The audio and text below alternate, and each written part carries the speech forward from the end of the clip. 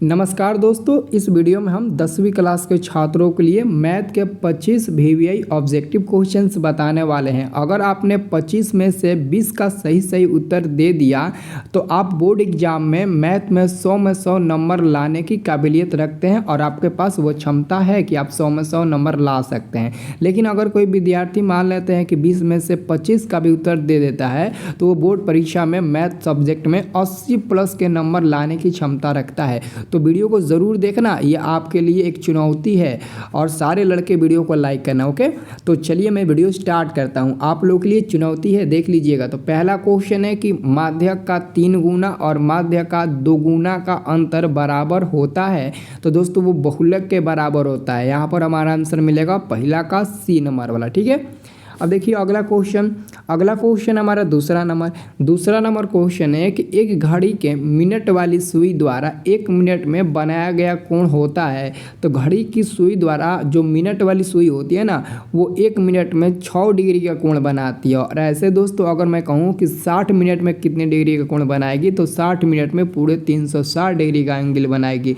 मतलब कि एक घड़ी के द्वारा जो मिनट वाली सुई होती है ना, वो एक चक्कर लगाएगी तो 360 डिग्री का एंगल बनाएगी, लेकिन 1 मिनट में 6 डिग्री का एंगल बनाएगी। ठीक है ना, तो हमारा आंसर मिलेगा डी नंबर वाला।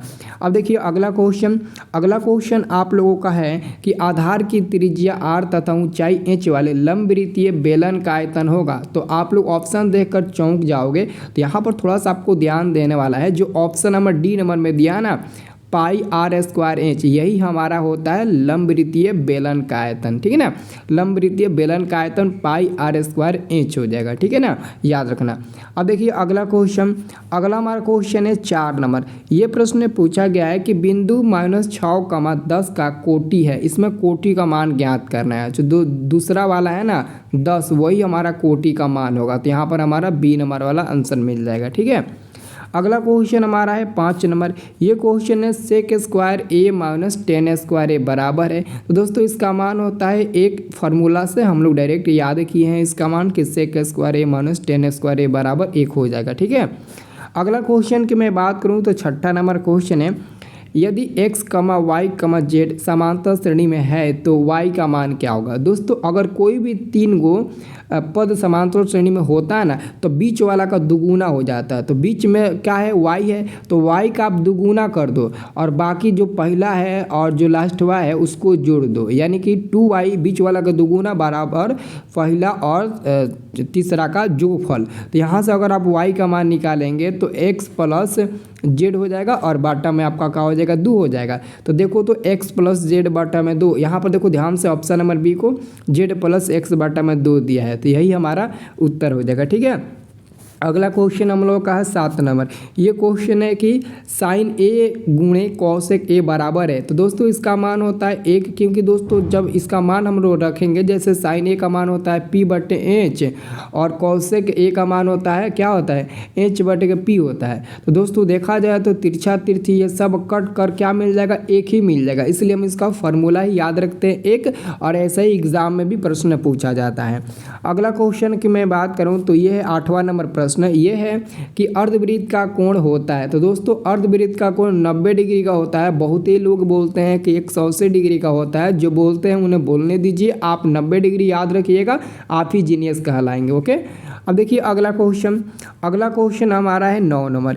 ये प्रश्न है कि द्विघात समीकरण ax square plus bx plus c बराबर 0, जहाँ a does not equal to 0 के वास्तविक मूल्य नहीं है। यदि तो दोस्तों वास्तविक मूल्य नहीं होता है, उसके लिए हमारा नियम होता है d लेस देन 0, यानी कि d का मान 0 से कम हो। 0 से कम मतलब कि माइनस में हो d का मान, तो वहाँ पर हमारा यह नियम लागू होगा। तो d लेस देन 0 मतलब कि हम जो d है ना उसका मान रख सकते हैं b स्क्वायर माइनस 4ac और लेस देन 0 कर सकते हैं। अब यहाँ पर ये वाला ऑप्शन देख लो कहाँ पर दिया, तो ध्यान से देखो ऑप्शन नंबर डी को यहाँ पर दिया ना, तो हमारा यही सही उत्तर होगा। ओके, अब देखिए अगला अगला हम लोगों का क्वेश्चन क्या है, अगला हम लोग का क्वेश्चन है 10 नंबर। ये प्रश्न कहता है कि सबसे छोटी अभाज्य संख्या, सबसे छोटी अभाज्य संख्या 2 होती है। क्या होती है? सबसे छोटी अभाज्य संख्या 2 होती है और सबसे छोटी भाज्य संख्या 4 होती है, और उन दोनों का गुणनफल कर दोगे तो 8 मिल जाएगा। तो याद रखना, ये क्वेश्चन एग्जाम में पूछा गया कि सबसे छोटी अभाज्य संख्या क्या होती है, तो 2 बताना। यह भी क्वेश्चन पूछा गया कि सबसे छोटी भाज्य संख्या क्या होता है, तो 4 होता है। और यह भी क्वेश्चन पूछा गया है कि सबसे छोटी अभाज्य संख्या और भाज्य संख्या गुणनफल क्या होगा, तो 8 हो जाएगा। 2 4 में गुणा करोगे 8 मिल जाएगा। तो ये 3 प्रश्न आपने एक प्रश्न से सीख लिया। ओके, अब देखिए अगला क्वेश्चन। अगला क्वेश्चन है कि निम्नलिखित में कौन परिमेय संख्या है। निम्नलिखित में कौन परिमेय संख्या है, ध्यानपूर्वक देखिएगा कि निम्नलिखित में कौन परिमेय संख्या है। तो परिमेय संख्या कौन है, ये डी नंबर वाला होगा, क्योंकि √5 से √5 कट जाएगा तो केवल 6 मिलेगा, और 6 हमारा क्या हो जाएगा, 6 हमारा एक परिमेय संख्या हो जाएगा। ठीक है ना, तो हमारा आंसर क्या मिलेगा, डी नंबर वाला मिलेगा। अगला क्वेश्चन की मैं बात करूं तो ये है 12 नंबर। ये 12 नंबर प्रश्न कहता है कि द्विघात बहुपद x² + 12x + 35 के शून्यक होंगे। जब इसका आप लोग फैक्टर तोड़िएगा यानी गुणनखंड तोड़िएगा तो x का पता है क्या मान मिलेगा, एगो माइनस में 7 मिलेगा, एगो माइनस में 5 मिलेगा। तो दोस्तों आपको केवल यही बताना है कि जो x का मान मिलेगा वो किस में मिलेगा, प्लस में मिलेगा फिर माइनस में, या फिर एगो प्लस में एगो माइनस में। तो यहाँ पर देखिएगा दोनों माइनस में मिलेगा, 7 भी माइनस में 5 भी माइनस में है, तो हम कहेंगे दोनों ऋणात्मक होगा। दोनों ऋणात्मक मतलब कि माइनस होता है, दोनों क्या होता है, दोनों माइनस होगा। ठीक है, अब देखिए अगला क्वेश्चन है आपका 13 नंबर। ये प्रश्न आपसे पूछा गया है कि निम्नलिखित में कौन अपरिमेय संख्या है। तो ध्यान से देखो ऑप्शन नंबर सी को, रूट में 27 दिया है और उसका कोई वर्गमूल नहीं निकलता है। बाकी 121 का 11 निकल जाएगा, 196 का 14 निकल जाएगा, 289 का 17 निकल जाएगा। बाकी इसका निकालोगे तो 3 रूट में 3 मिलेगा, और 3√3 आपका अपरिमेय संख्या ही बना रहेगा। ठीक है, अब देखिए अगला क्वेश्चन। अगला क्वेश्चन है मूल बिंदु के नियामक हैं। मूल बिंदु के नियामक होंगे तो 0,0 होंगे। क्या होंगे, मूल बिंदु का नियामक 0,0 होंगे। आप लोग याद रखना 0,0, ऑप्शन नंबर डी करेक्ट उत्तर होगा। ठीक है, अगला क्वेश्चन की मैं बात करूं तो ये क्वेश्चन है अर्धगोले के संपूर्ण पृष्ठ का क्षेत्रफल। तो बहुत लोग कहते हैं कि अर्धगोले का पृष्ठीय क्षेत्रफल 2πr² होता है, लेकिन मैं इसको काट कर 3πr² पर टिक लगाना चाहता हूँ। क्यों? क्योंकि दोस्तों आपको पता है, वो भी मैं आपको बता देता हूँ 3πr² कैसे होगा। क्योंकि दोस्तों जो अर्धगोला होता है ना, ये अर्धगोला, तो अर्धगोला देखो, एक मिनट मैं फिगर थोड़ा गलती बना दिया। ठीक है, तो इसका आंसर क्या होगा, 3πr² होगा।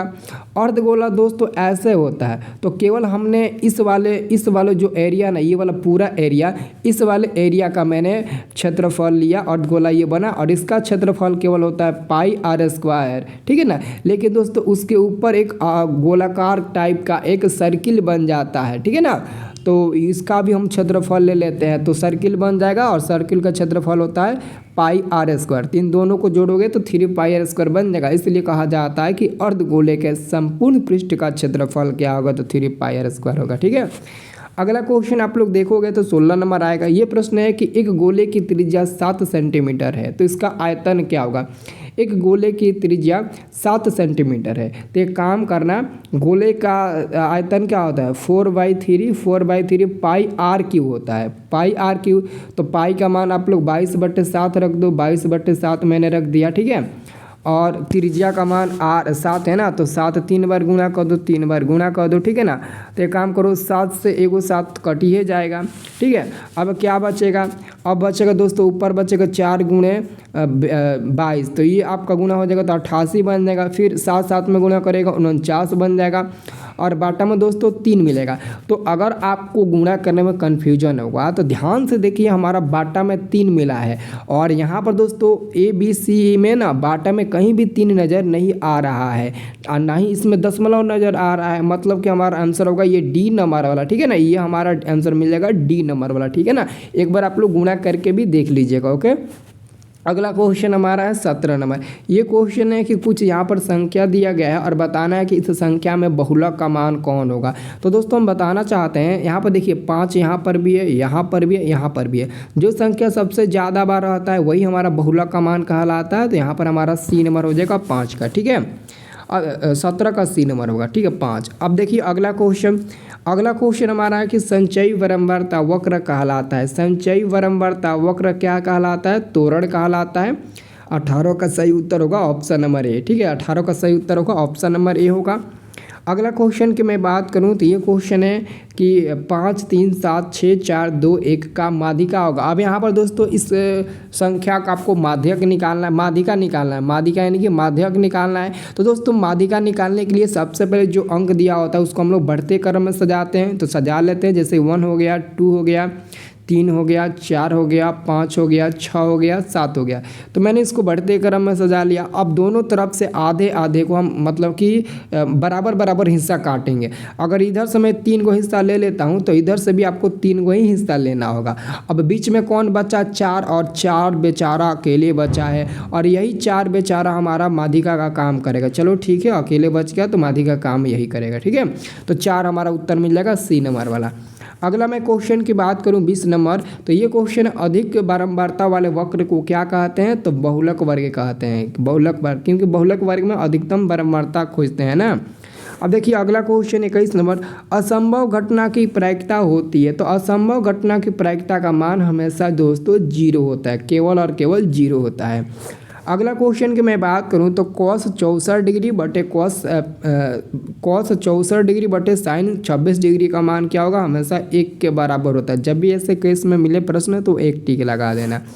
अगला हमारा प्रश्न बनता है, यदि sin थीटा बराबर cos थीटा तो थीटा किसके बराबर है? तो दोस्तों अगर sin थीटा बराबर cos थीटा दिया तो उसके बदले हम sin थीटा बटे cos थीटा कर सकते हैं और बराबर में 1 लिख सकते हैं, क्योंकि फिर गुणा करेंगे तो sin थीटा बराबर cos थीटा मिल ही जाएगा।